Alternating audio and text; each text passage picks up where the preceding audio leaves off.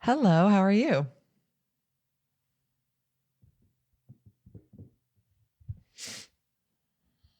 Yeah, let's do it.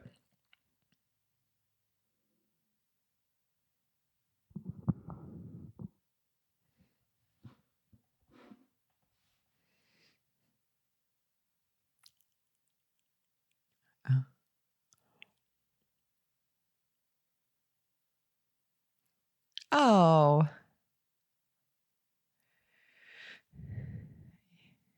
yeah. Oh, shit. Oh, we finally pissed someone off. Yes.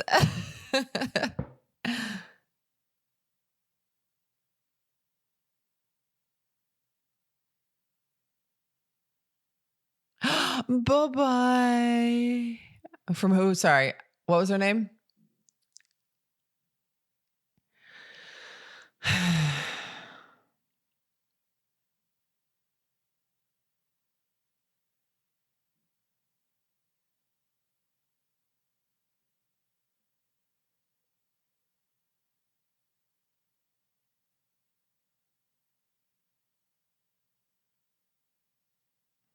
Mm-hmm. Yeah.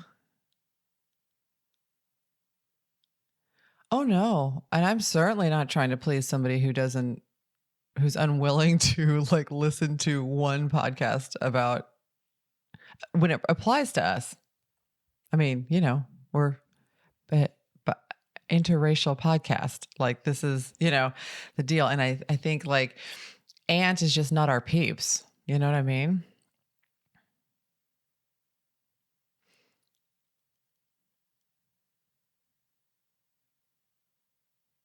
Mm-hmm. Mm-hmm.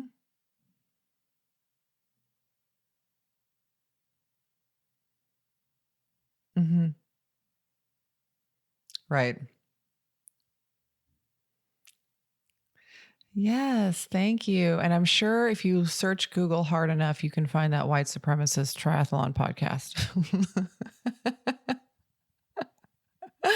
Whites only in the pool. Anyway.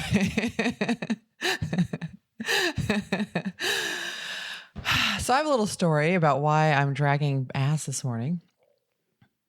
And it doesn't really relate to podcast. It doesn't really relate to triathlon, but it does relate to stuff we've talked about in the past, which is I sat down on the couch with my love last night to watch a little mindless television, just zone out. We just wanted to cuddle on the couch and chill. And he produced a tub of gelato and some other candies. Red vines, sweet red vines were there. Swedish fish were there. Um, Hershey's chocolate with little nuggets inside was there. And your girl binged out on some sugar. And he was laughing because I haven't been eating sugar really very, at all. And so this was my first like time in months where I've had, like just straight up candy. And partway through, he was like, I can tell you're on a sugar high because you're like talking sped up and you're just like, at one point I was like kind of wrestling him. I was like trying to bite him and he's like, you are like out of control. So then I tried to go to sleep and it like didn't work. So I finally fell asleep like 2 seconds before my alarm went off this morning and I'm now dragging ass.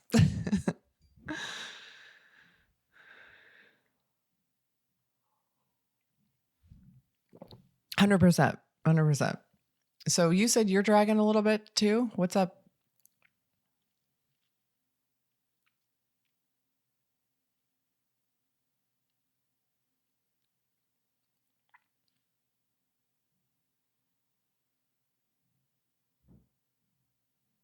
Mm-hmm. Oof. Mm.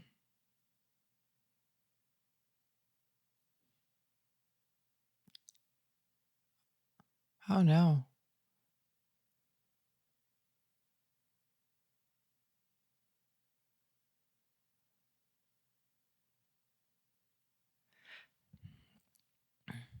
Mm-hmm.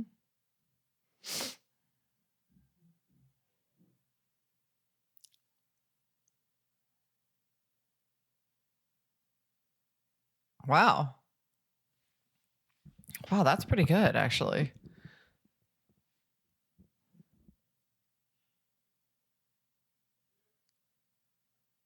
Yeah, exactly.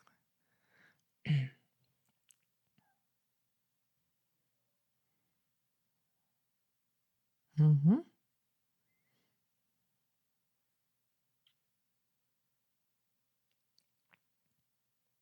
Mm-hmm.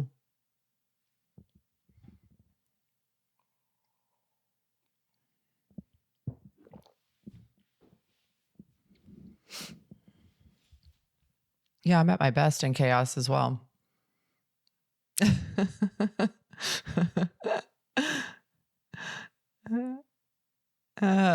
Yeah, it's interesting. I mean, and I feel like that's part of um all of the things I do in recovery to heal and to be like a relatively normal part of society, is a lot of it's geared towards me just being okay with just being and just, you know what I mean? Like not having to have an emergency to address or not having to, create chaos from which I must now like climb out of the depths of, just being like, hey, everything's cool and I'm okay with that. Like that's the challenge for me. Like I don't trip out in a um any kind of like traumatic situation. I'm like, oh, this is what I need to do, and I just go for it. I mean, I think mine's for different reasons, but we talked about, I think on a past podcast, like the domestic violence I dealt with and how that gave that had that PTSD effect on me. And I think that that's kind of partially where that comes from. But I also, for me, it's just partially natural because even when I was a teen, like, oh, here's a quick story. I went to a high school that was a boarding school, and part of the school, it was a really, really great school and, very academically challenging and all that stuff. One of the things that they had us do was camp twice a year. And I don't mean like car camp or go to like a stream and hang out or go to a like they broke us up into groups and we did like full backpacking, horse packing, burro packing, snowshoeing, like that whole thing.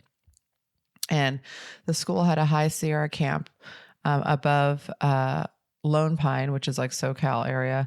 And I mean, I did all kinds of cool things. I climbed Mount Whitney, which was, the highest peak in the Sierras. I did great things.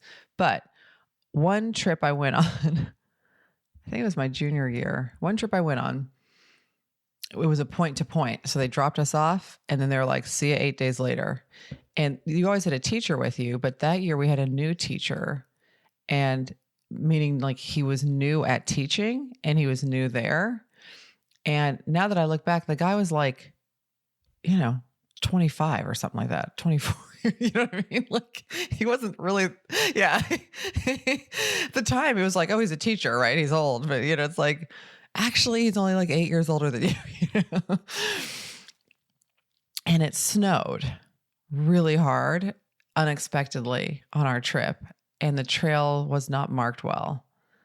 And we got lost and like really lost.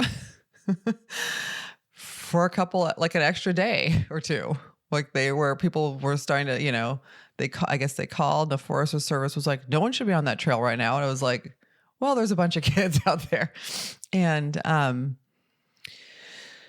just remember at one point we were staying in like place, and one guy and I were in a valley, and we would hike up to the top of this mountain and try to look and see if we could see anything that resembled like the fire road that we were supposed to have hooked up with. And then we'd hike back down and be like, not there. And then, and everyone else was kind of huddled. And we had one day where we were just sitting in our tents, kind of trying to figure out what to do. And this is before we started the hiking. And I could just hear people like crying in their tents. Do you know what I mean? And I remember being like, why are we crying? Like, let's fucking, like, we got to do shit. And this other kid and I started hiking. The teacher had to stay with everybody who was freaking out. Like, it's like, we would just hike. Finally, it's like, okay, this is the way. Let's go up here. And we went up and over. We caught a fire road and we just started walking down it, and it was okay. You know, I mean, we were hungry because we'd run out of food and all that stuff. But I felt like in that situation, like, not at all scared. Like, I felt focused.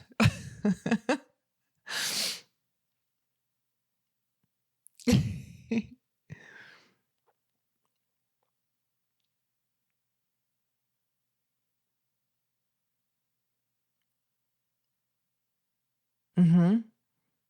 And that brings me, well, and you have it in the actual sense of warrior energy. I mean, I only have it from that, but I feel like we've kind of touched on this a little bit, but triathlon, like racing, kind of mimics that in a not terrifying way. Like a not, I'm going to die way, but in a, where you're like, okay, I'm just focused on, you know, the next thing right in front of me.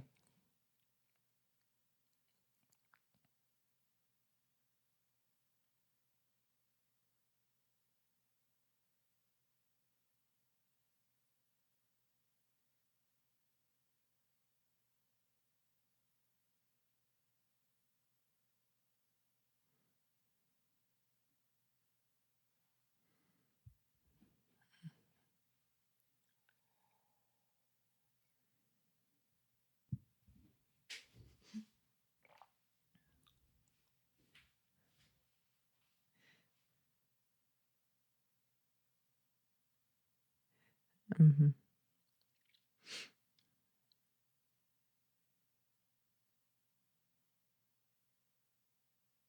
Mm-hmm.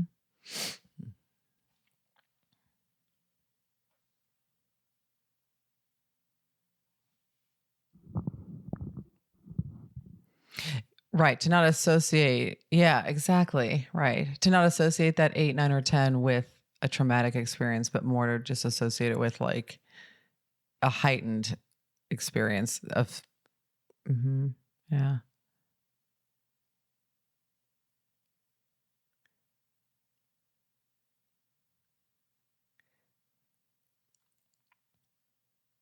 Mm-hmm.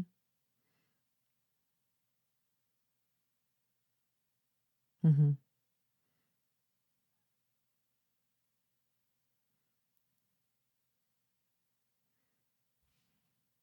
Yeah. Mm. Oh, mm-mm. I know what they are. Mm-mm. Cannot. Your girl can't deal it. 100% Black people aren't down with that.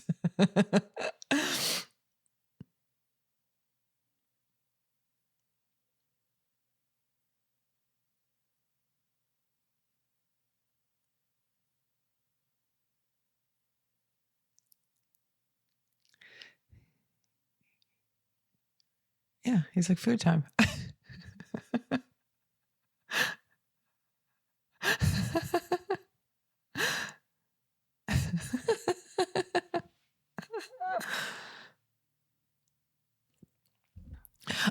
Oh, and he's just holding on?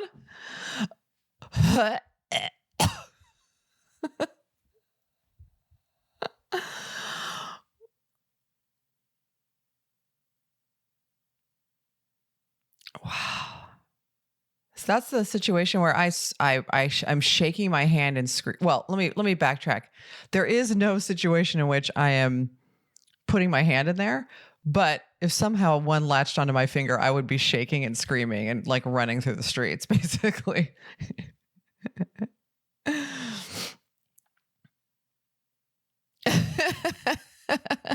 Well, I was going to say, have you ever seen that person at the races who basically is reacting to it like it's trauma? Like they're taking their shit way too seriously. Like they're not having fun.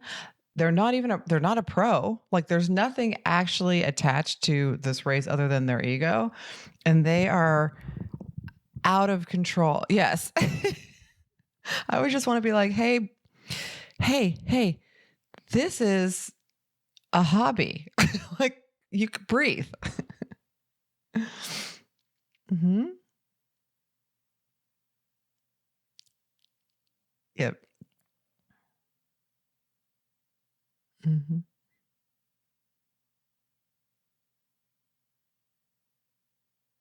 Mm-hmm.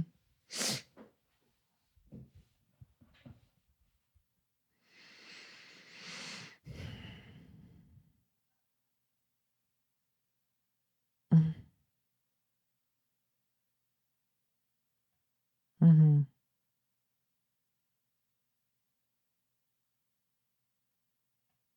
Mm-hmm.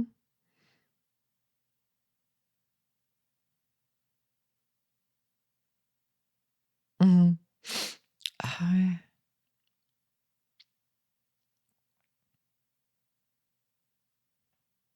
mm-hmm. Mm-hmm. Yeah, exactly. Even like, I think I told you back, I think, I can't remember, were we recording together when I went to Wildflower and that pro showed up to race the sprint with 40? Yeah, okay. She even had a little bit of that. Like, yeah, I told you she was warming up in the transition area and just she had the bands out and she's like, and I'm like, so you're doing the women's 45 to 50s, 45 to 49 sprint? Like that's like, and she was just, you know what I mean? She had that look of like, I have to focus or I'm going to die. And I was like, you do know we're all just a bunch of like middle-aged ladies, right? Like we're not, I mean, she did drill us into the ground, but it was sort of like, sweet pea, you've retired. So, mm-hmm,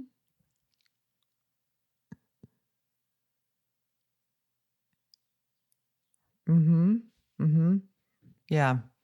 I, oh, like my, yeah, yogic breathing exercises, pranayama, like, maybe a little meditation, even walking meditation. I don't know if we've discussed this before, but I know we've discussed it. I like to go to the Insight Meditation Center when I can, when it's open.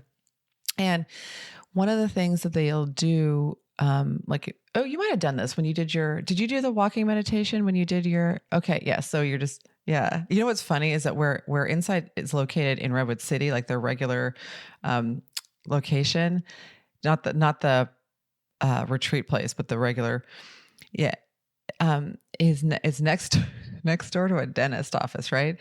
And they basically have to make an announcement every time, like you can go outside and do your walking meditation, but please do not walk in the dentist parking lot, because I guess the dentist doesn't like, people are like, what are these zombies doing like in the dentist parking? Like he doesn't like it. Right. So I'll do like a little bit of that, like kind of, I'll get my transition set up and I might walk to the porta potty and then stand in the big ass line because I always have to go to the bath, always. So it's like, I'll just kind of get set up and I basically do a little walking meditation. I don't think people really know what I'm doing. I don't think they're even looking at me. I'm just kind of like looking down. Yeah. Exactly. Just looking at my feet, taking my little steps over to the bathroom. And then when I'm in line, I'm usually just like counting breaths and just trying to calm it down. And that seems to help me. Breathing is really, because for me, it's like all about the breathing. When the cannon goes off, if I'm calm, great. If I'm not, that breathing just starts going like up immediately. And I'm not exerting any energy yet. So it feels like panic.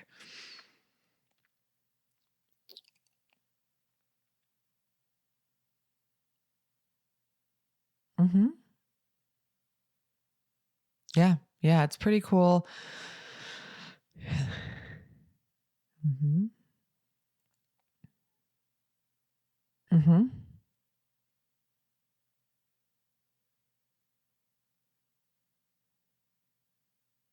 Right. Yeah. Mm-hmm. Yeah, exactly. And in terms of the like traditional, like sitting in lotus and meditating, I have to say there's a good chance that most of our listeners cannot get into lotus based on tight hips. I mean, that's like, I know. My knees are way up. You just sit in a chair, y'all. Don't even try to like.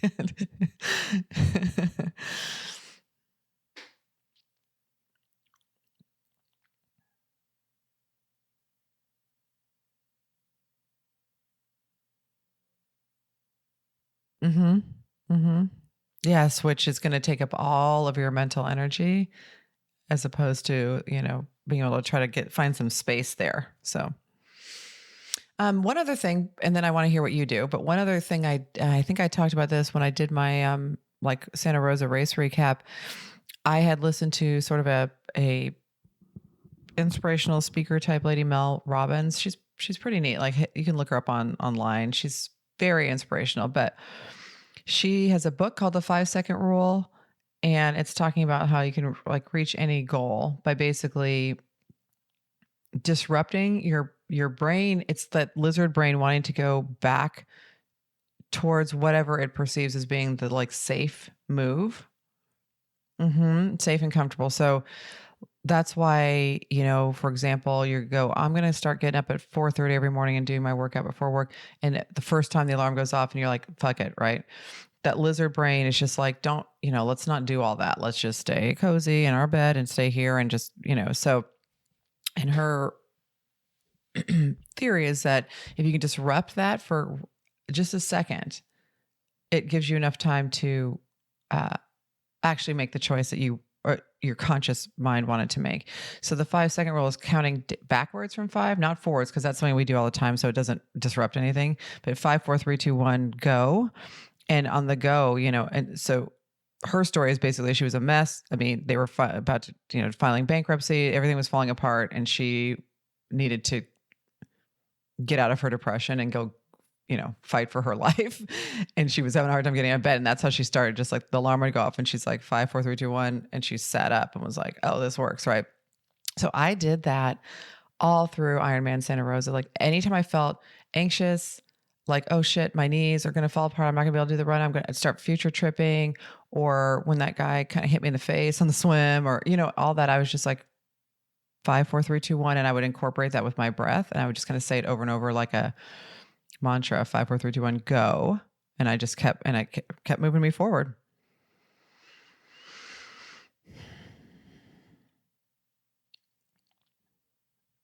Mm-hmm.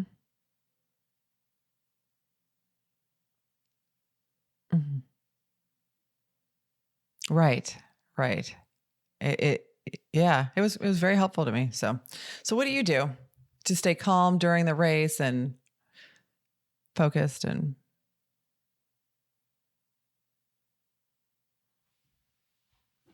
mm,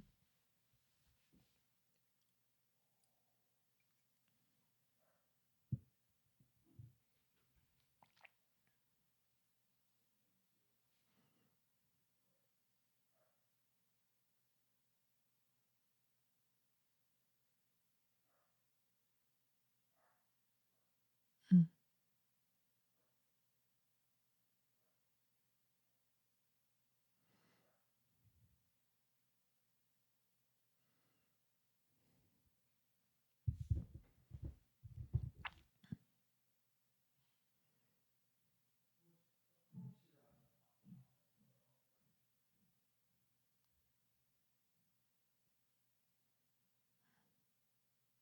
mm,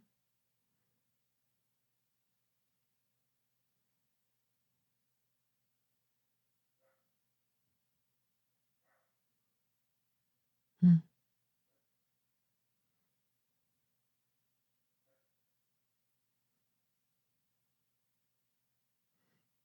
mm,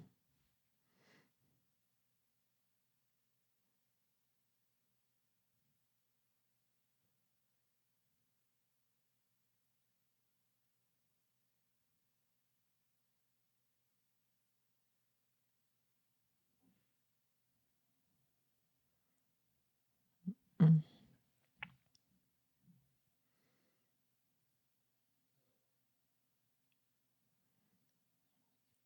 mm,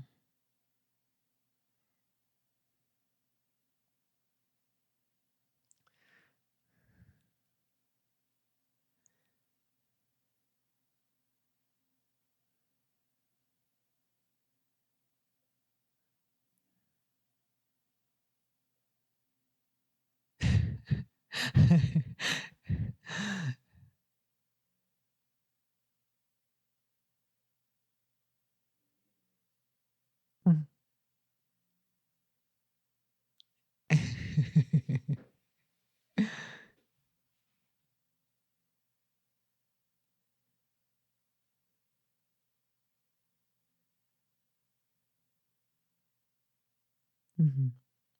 Mhm. Mhm. Mhm. Yeah, I think in a lot of ways, my mind will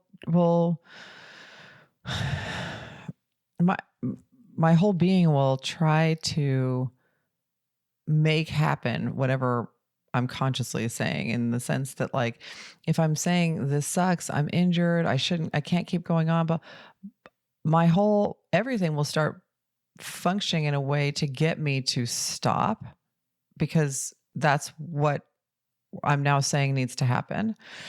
And if I'm saying something else, then it's like, okay, well, it starts figuring out like, well, the knees hurt, but you can overcome it. It's just all about guiding the thinking, um, for me anyway. And I feel like when I was out there late, as you know, last time, and when it got dark and you couldn't see other people, and the motivation had to purely come from within you and not from seeing other people around you, because there was nothing. um, so if you guys don't know Ironman Santa Rosa, the beauty of it is the run is mostly along this river, which means you get to run on dirt, which is amazing for, especially for us oldies. But there are no street. Yes, save the knees. But there are no street lights. So when the lights go down, so when the sun goes down, they just hand out headlamps. So now it's just the dark and like a little dot of light, and then your brain being like, I'm done. And I saw more people who were fine 2 seconds before, when there was still sun, just kind of like slowing down, walking, sitting down. Like they were just kind of starting to fall apart. And it had you could tell it was sort of a mental thing. It was like the ability to, yeah, it was interesting.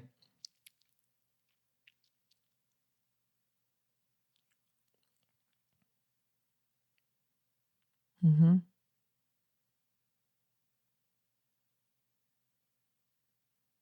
Right. It's like, we better stop then. Like, if we can't go forward, we better stop, because there's that lizard brain that's like, are we going to kill ourselves? Like, what are we doing? You know what I mean? So, hey, you were mentioning that you want to talk a little bit about virtual racing. Okay. So, not to change the subject abruptly, but I just remembered, like, we've been chatting and we didn't even talk about our topic yet.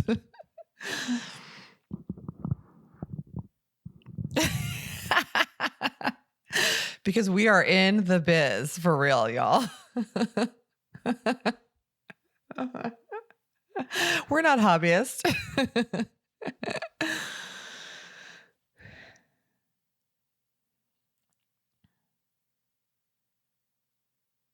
Oh, awesome.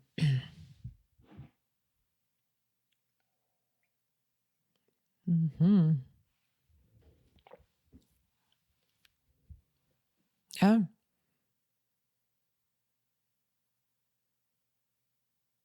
They're postponing. Yeah. Hmm. And the postponement is so, all the ones that are postponed, it's so sort of like, uh, we don't really know what the situation's going to be. Like, they could end up being I mean, there's a lot of that happening where you're like, well, it's postponed, but am I really racing? I mean, yeah.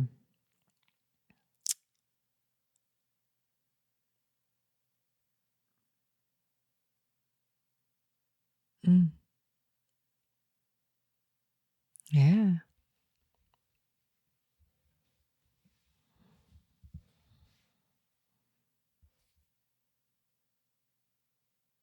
Hmm.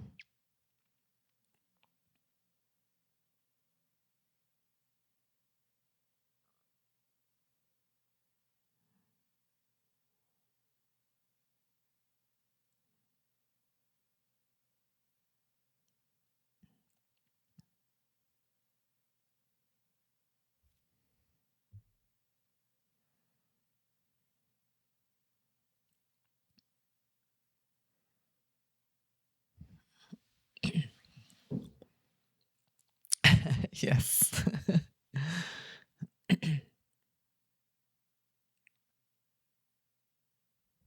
Mm-hmm.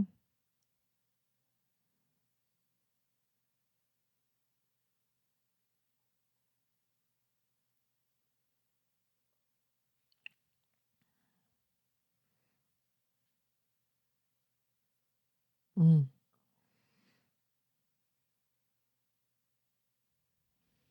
Oh.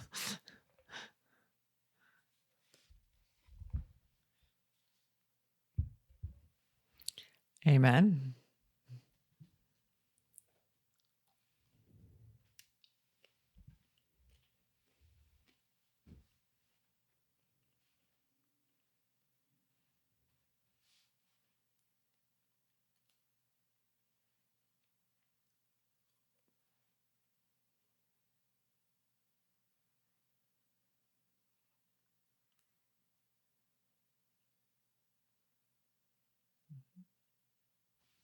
Absolutely.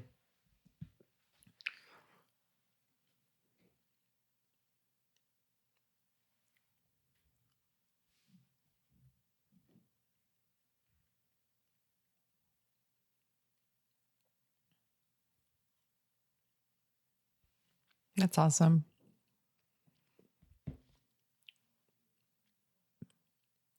So a friend of mine, Brenna, who was scheduled to do the full Santa Rosa in July, it's actually the weekend after you do your 75. Yes. Uh-huh. And she's doing a full. And yeah, Brenna, go Brenna. And she's, gotten this whole crew around her. People are going to go up there and stay. And there's people who are going to paddleboard while she swims. And then, there are people who are going to kind of be out on the bike course. And it's amazing. I mean, she's got people who are going to kind of run with her or pace her and then be on the course so that she can do it, get through it, have fun, but also be safe.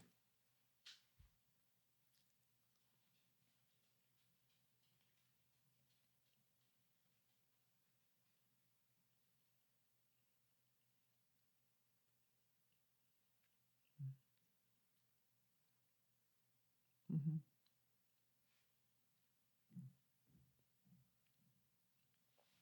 Yeah. Speaking of that, one of the thoughts I just had is that I've done races in the past where the route was great on race day, but would not be great on any other day because on race day, they had cops at the intersections or whatever letting you through and they shut the roads down. So just, if you're planning on doing a self-supported and you want to mimic the race that you're doing, really, really know the route because the bike route, because um, you may find you have to adjust so that you don't end up on a dangerous, like I've been on roads where there was no shoulder, but it was okay because they had the lane closed for us with cones. But like if I went to go do it now, I'd just be up on like some highway with no shoulder, or whatever. So that's just things like that are important to think about in advance. Oh.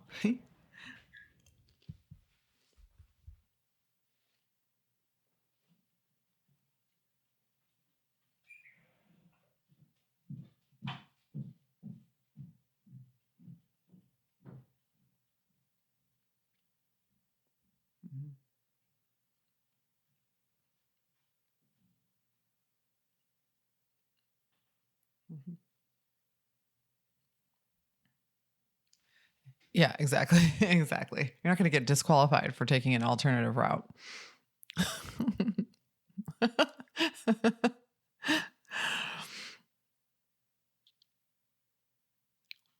Mm.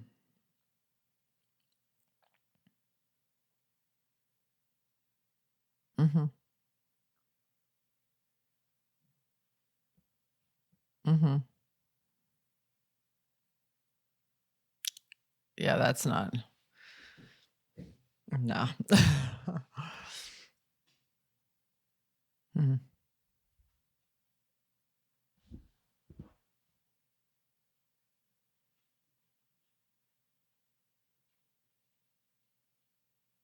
Hmm.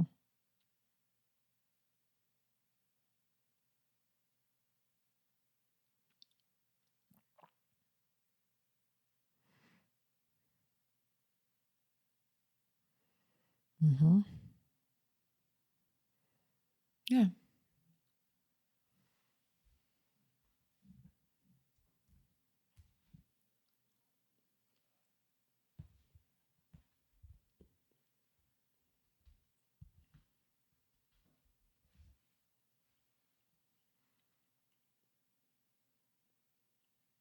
Oh my God.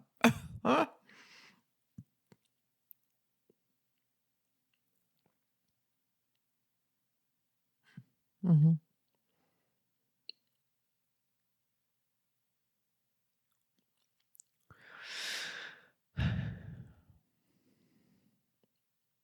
Mm-hmm. Mm-hmm. Yeah, that's yeah, and you don't really want to be relying on 7-Eleven. I did a 100-mile ride, and the I was riding back with a friend of mine on Martin on my team. We were just going easy pace, and we stopped like halfway up this hill with a mechanical issue. And the guy counting that had all of our lunches in the van thought we went through already, because the person that came that's always in the back was like, yeah, I'm in the back. But we were actually behind because of the mechanical. So we got to the lunch spot and there was no one there, right? And it was brutal. I mean, we ended up at a 7-Eleven. Little quick tip, don't eat a Slim Jim if you're going long. It doesn't.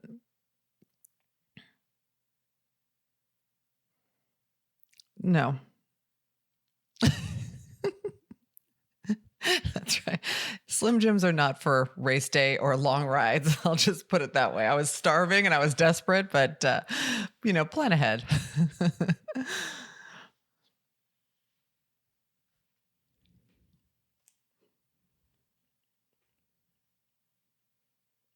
Mhm.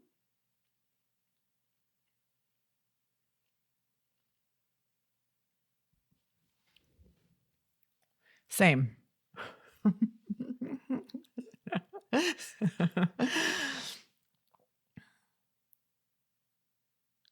We did 4.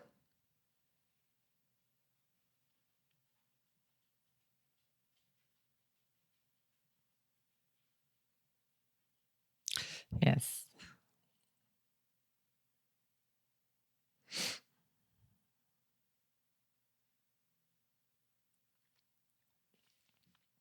Mm-hmm.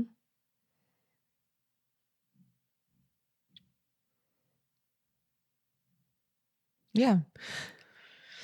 And you can do it socially distanced. So, just have everyone, be there and yeah, do something nice for them and celebrate that you did it. And, I think it's for me, if I'm not doing one right now, but I usually miss the food. I missed all the food on Ironman. I'll tell you that. There was no food left when I went through the thing. Or at least I don't know where it was. I didn't see it. It was pretty dark and it was late.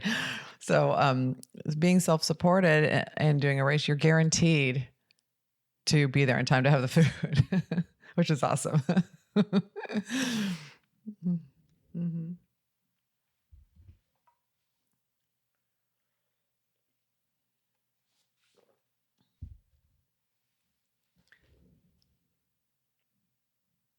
Yeah, yeah, yeah, absolutely.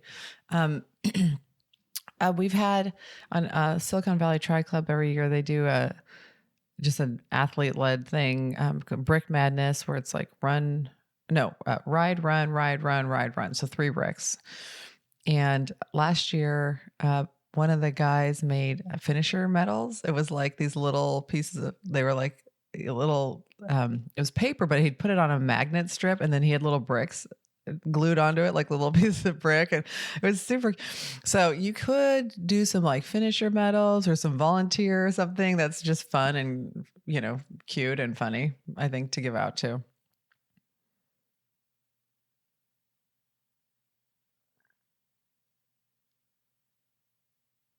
Mm-hmm.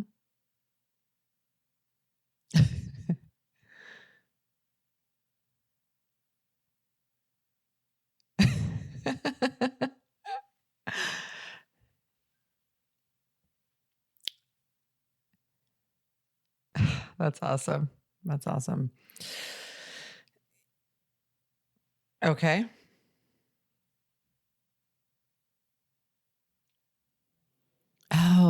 Yeah.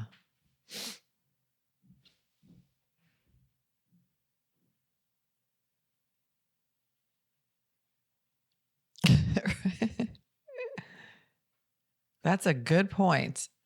Yeah, because you don't need to rush. There's no reason to rush.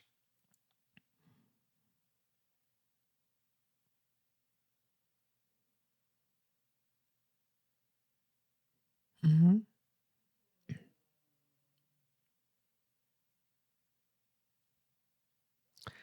Yeah. Yeah. The pandemic is not about, it's about everybody. I mean, it's about everyone not getting sick. But one of the things I'm learning in the pandemic is there's a lot of scenarios in which I just don't need to rush or make it hard for myself. Like, just, you know what I mean? There's just, yes. Stop and smell the roses.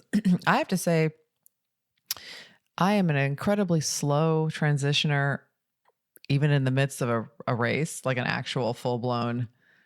That is not something that I'm good at. I love the idea of bringing a chair. I was like, I should just bring a chair all the time to any race because I'm so slow. I think I've told you guys before, our team manager yelled at me once, like he was on the outside of the fence and he's like, he's from Australia, but he's like, are you going to have a cup of fucking tea too? Because I was like in transition, farting around during this race. He was like, get back out there.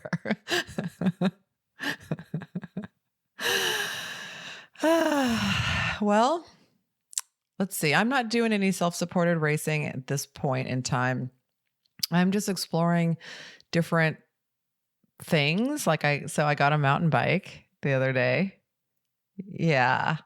Last week. This is my birthday gift to myself a little bit in advance. Because I was like, well, my birthday's already in August. Let me the summer's halfway done by then. Let me get it now and so I can ride. And I've been doing a lot of rides around Half Moon Bay up in the mountains, which is super fun. And I was like, oh, someday when it opens back up, I can do an Xterra, which is something that I used to have on my bucket list. And it kind of like fell off for, I don't know why, but I'm bringing it back. So that's like going to be probably my goal once, someday when everything opens back up is to do an Xterra.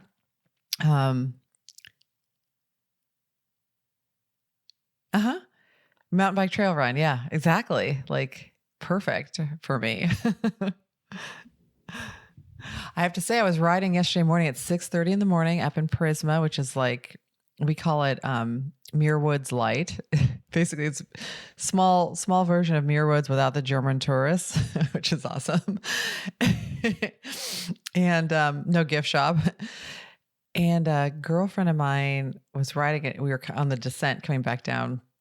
We climbed all the way up to Skyline and we're coming back down. And there was this like lovely area where it's like a single track but kind of windy. And she was bombing down it and having so much fun. And she basically did an endo over the handlebars and broke her arm. It was like 7:30 or 8 in the morning, like broken arm.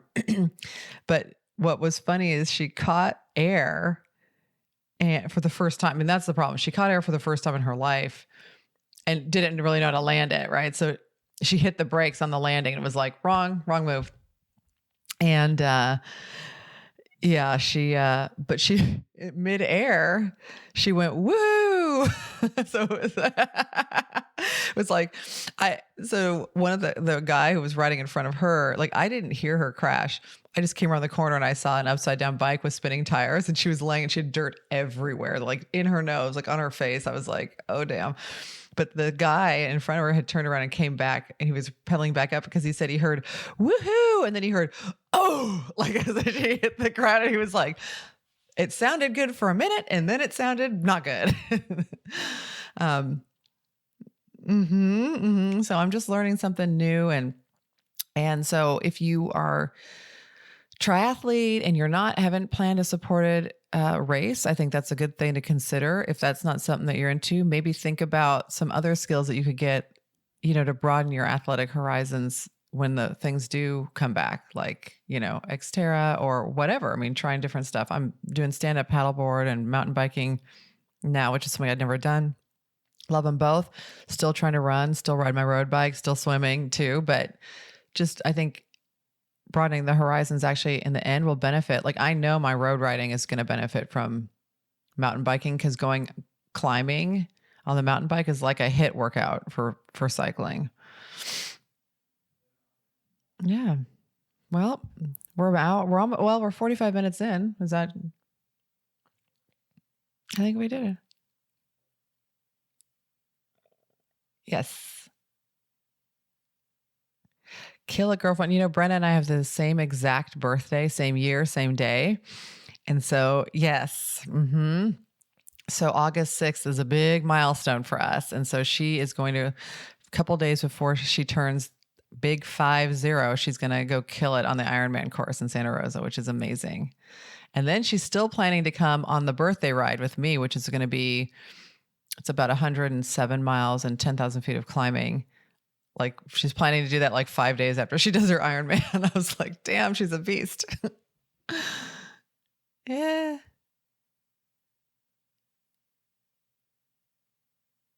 Yeah.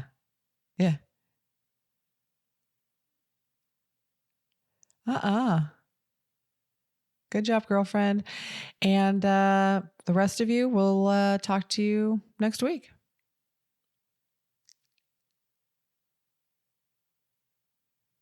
Absolutely. Take care.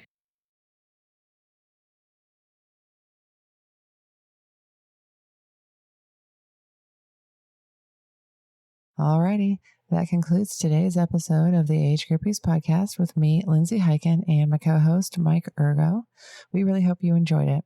You can follow the show on Instagram at Age Groupies, join our Age Groupies page on Facebook, and look us up by name, Lindsay Hiken and Mike Ergo on Strava. If you have questions, comments, or topic ideas, feel free to email us at agegroupies@gmail.com. If you enjoy the show, please leave a rating and review on iTunes or wherever you get your podcast, as this really helps us get more exposure while we try to grow this little venture. And of course, if you have friends you think might like the show, please be sure to share it with them. But for now, thanks for listening, and we will talk to you next week.